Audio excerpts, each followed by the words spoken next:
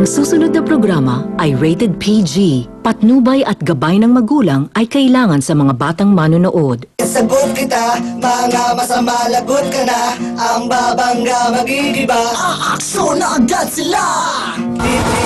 Sa ulo ng bakbakan ngayong gabi, mga barubal na habal-habal sa Taguig dapat nang sawayin.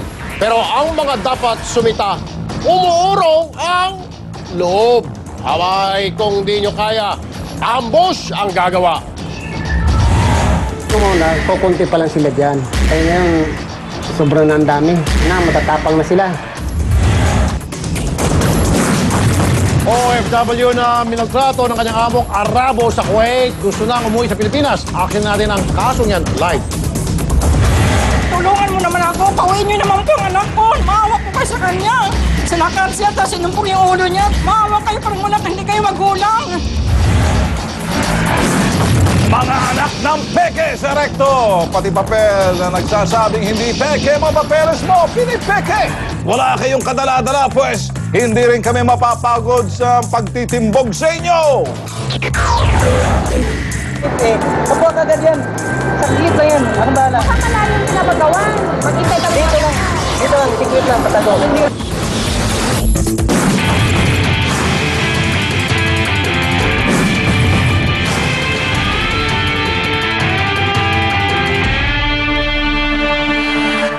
Dahil wala silang nagtas ng mga oras kung may gong.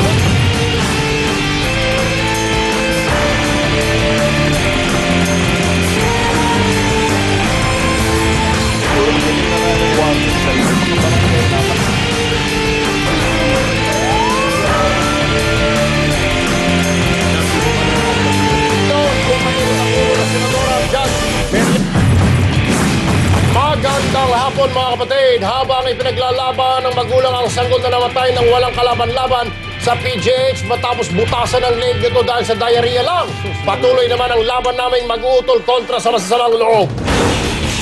Bata, matanda, babae, lalaki at kahit sino pa man, basta may hina, tinapi, kami ang kakampi. Mga tol, itong programang Dextrose ng nagdurusang mamamayan pero lethal injection sa mga abusado at barumbado. Bakbaka na! Kung sa Maynila ay pinatigil ni Mayor Lim ang mga padyak dahil hindi ito totoong ligtas sa mga pasahero, ang habal-habal naman sa Taguig ay dapat na rin ipahinto sa rami ng mga taga roon na nagrereklamo. Narito ang aming ambon. Habal-habal kayo sa kanto. Mga wala kayong restro. Parang kayo gusto nyong kumita na ganito lang ang yung punan, laway lang. Ang mga habal-habal driver sa Upper Taguig Bikutan inireklamo ng mga kalugar nila dahil walang pakundangan sa pagpapatakbo. Halos karamihan naman sa mga pumapasada ay walang lisensya. Abay, illegal na ha! Siga pa sa kalye! Pintuhan ko yung isang demo na mayroong ang sabi walang mga lisensya at ang mga plaka ng motor nila nakabaliktad. Ayon sa isang nagsumbong, sobrang garapal at halos 4 na taon na nilang problema ang mga balasubas na habal-habal na pumapasada sa kanilang lugar. Noong una, kukunti pa lang sila dyan. Ngayon, sobrang na ang dami. Tatapang na sila. May habal-habal driver pa raw na kriminal. Nagkatinginan lang, tsaka yung isang tricycle driver ng dyan sa may waiting shed. Sinaksak yung isa sinuntok. Pumunta ang T3 sa lugar, ang mga habal-habal driver, tuloy ang illegal na operasyon. Ipinaalam naman ito sa Traffic Management Office ng Taguig City. May kwento rin ng isang empleyado.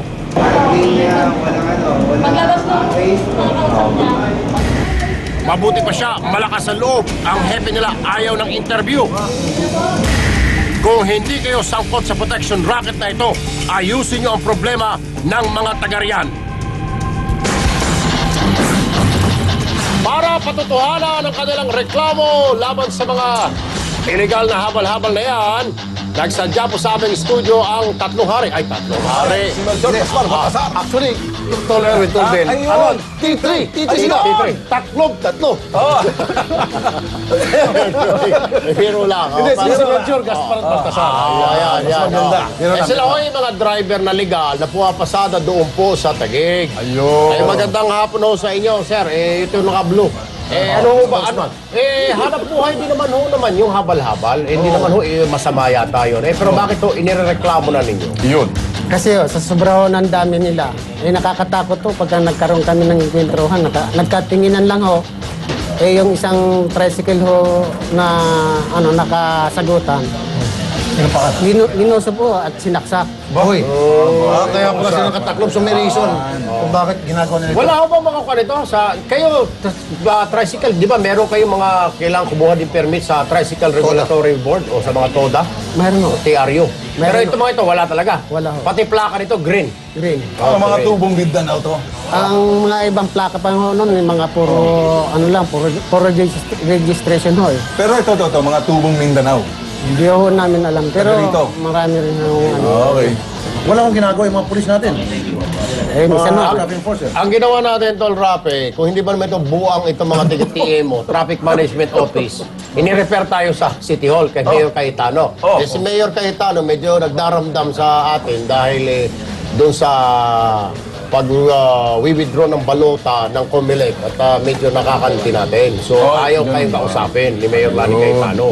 So, wala tayong mapagreklamuhan. Kaya ang gagawin lang natin, dito tayo sa LTO ngayon. Ha? Yun. Si Attorney Teofilo Guadis, ang NCR Director ng Land Transportation Office. Magandang hapon po, Attorney Sir. Director, magandang hapon po. Director? Wala si Director. Nawala si Direktor. Kolorong. Actually, pwede yung HPG. Kolorong. HPG, Yung mga deputized. pwede rin. Dahil green ang mga plaka. Kasi may mga taga-HPG na deputized na ng LTO eh. Pwede mahuli yun. Kung sinipag si Torres, si Virginia. Si LTO. Magbigay ng compensation. Siyempre, magagaling sa kanila yun. Pero linawin lang natin mga tol ha. Hindi tayo kontra sa mga hanap buhay. Ayan, siyempre. Kagaya niyan, pumapasada. Pero nga lang, ilagay sa tama. Kasi nga, tama nga naman sila. Sila nagpaparehistro. Illegal eh. Sila ay nagre-register sa Tricycle Regulatory Unit ng Taguig. Nagbabayad sila yearly. Ito, wala mga private ito. Bukod dyan, nakakatakot kasi walang helmet eh. Yung mga sumasakay, 3, 4, Correct. isang pa.